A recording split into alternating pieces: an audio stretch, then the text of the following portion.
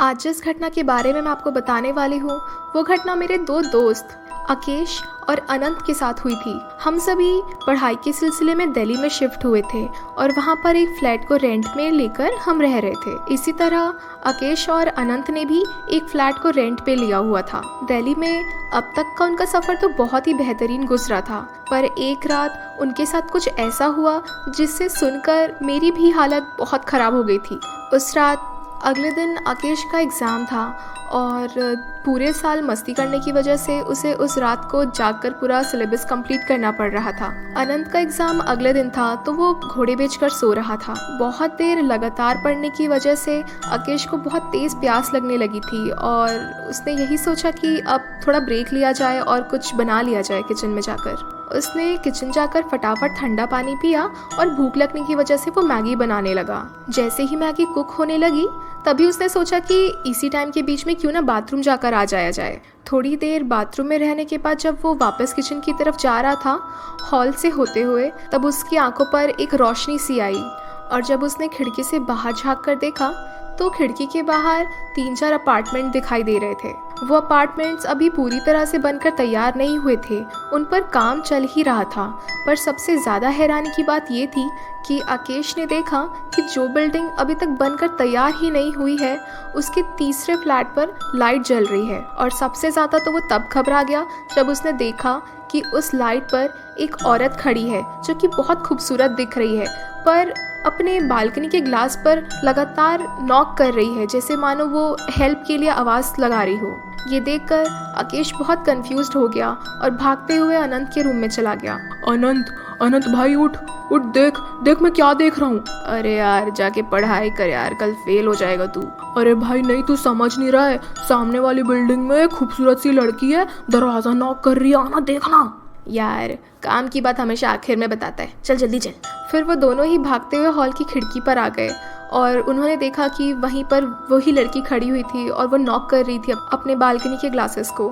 देख भाई, देखा ना, सही कह रहा था मैं। अरे यार वो सब तो ठीक है, लेकिन वो बिल्डिंग तो पूरी खंडर पड़ी हुई है, ये वहाँ क्या कर रही है? भाई क्या पता अकेले वहाँ गई और फंस गई हो, अब मदद मांग रही होगी। भाई मैं क्या बोल रहा हूँ कि हम ना पुलिस को फोन कर देते हैं। अबे नहीं यार, पुलिस इतनी रात को, वो भी फुद्दू सी न्यूज़ सुन के थोड़ी ना आएगी। मैं तो कहता हूँ चल अपन दोनों ही चलते हैं और उसको बचा लेते हैं, दोस्ती भी कर लेंगे उससे, क्या बोलता है? अनंत की ये बात सुनकर अकेश भी मान गया और फिर उन्होंने फटाक से अपनी चप्पल पहनी और कपड़े बदले और उस अपार्टमेंट की तरफ चल दिए। जैसे जैसे वो अपने एरिया से निकलकर उस अपार्टमेंट की तरफ बढ़ रहे थे, अंधेरा बढ़ने लगा था क्योंकि वो जगह अभी अंडर कंस्ट्रक्शन ही थी और वहाँ पर ज़्यादा लाइट्स नहीं थी। यार भाई अनंत, मेरे को तो ना थोड़ा सा डर लग रहा है यार, वापस ही चलते हैं, कल पुलिस को लेकर आ जाएंगे।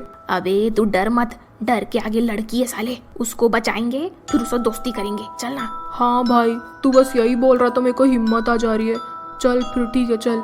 उनके घर से वो अपार्टमेंट करीब 10 मिनट की ही दूरी में था और थोड़ी ही देर चलने के बाद वो अपार्टमेंट भी आ गया। बाहर से वो अपार्टमेंट बहुत ज़्यादा ही खंडर दिख रहा था।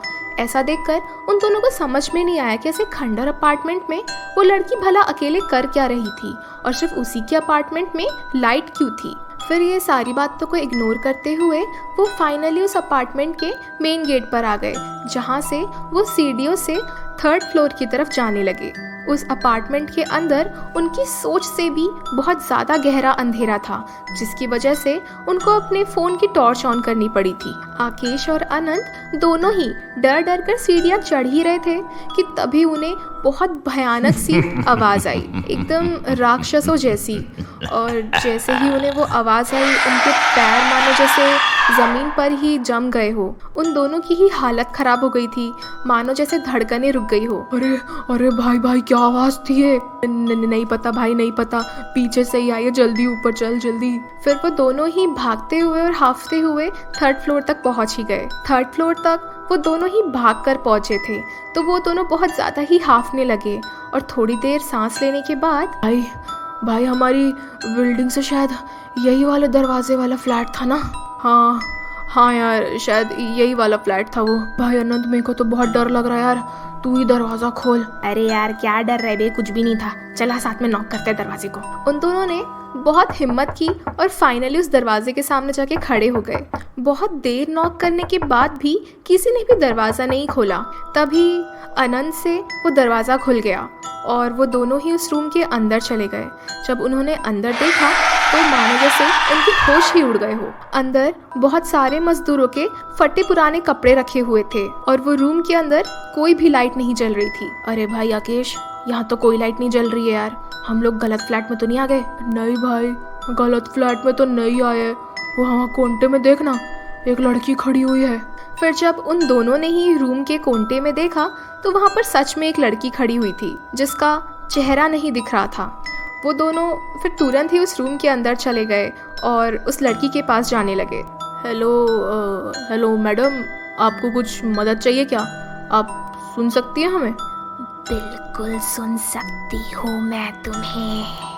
ऐसा कहकर वो औरत तुरंत ही पीछे पलट गई। उसका भयानक सा चेहरा देखकर आकेश और अनंत दोनों की ही हालत खराब हो गई और वो दोनों जोर जोर से चीखने लगे और भागते हुए दरवाजे की तरफ जाने लगे। जैसे ही वो दरवाजे के पास पहुंचे, अपने आप ही दरवाज़ा बंद हो गया।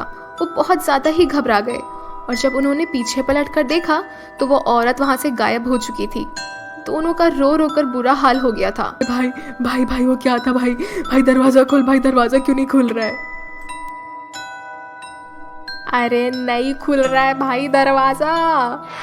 कहाँ जा रहे हो तुम लोग? ये आवाज़ सुनते ही वो दोनों बहुत ज़्यादा ही घबरा गए और पूरे ज़ोर से उन्होंने दरवाजे को धक्का मारा।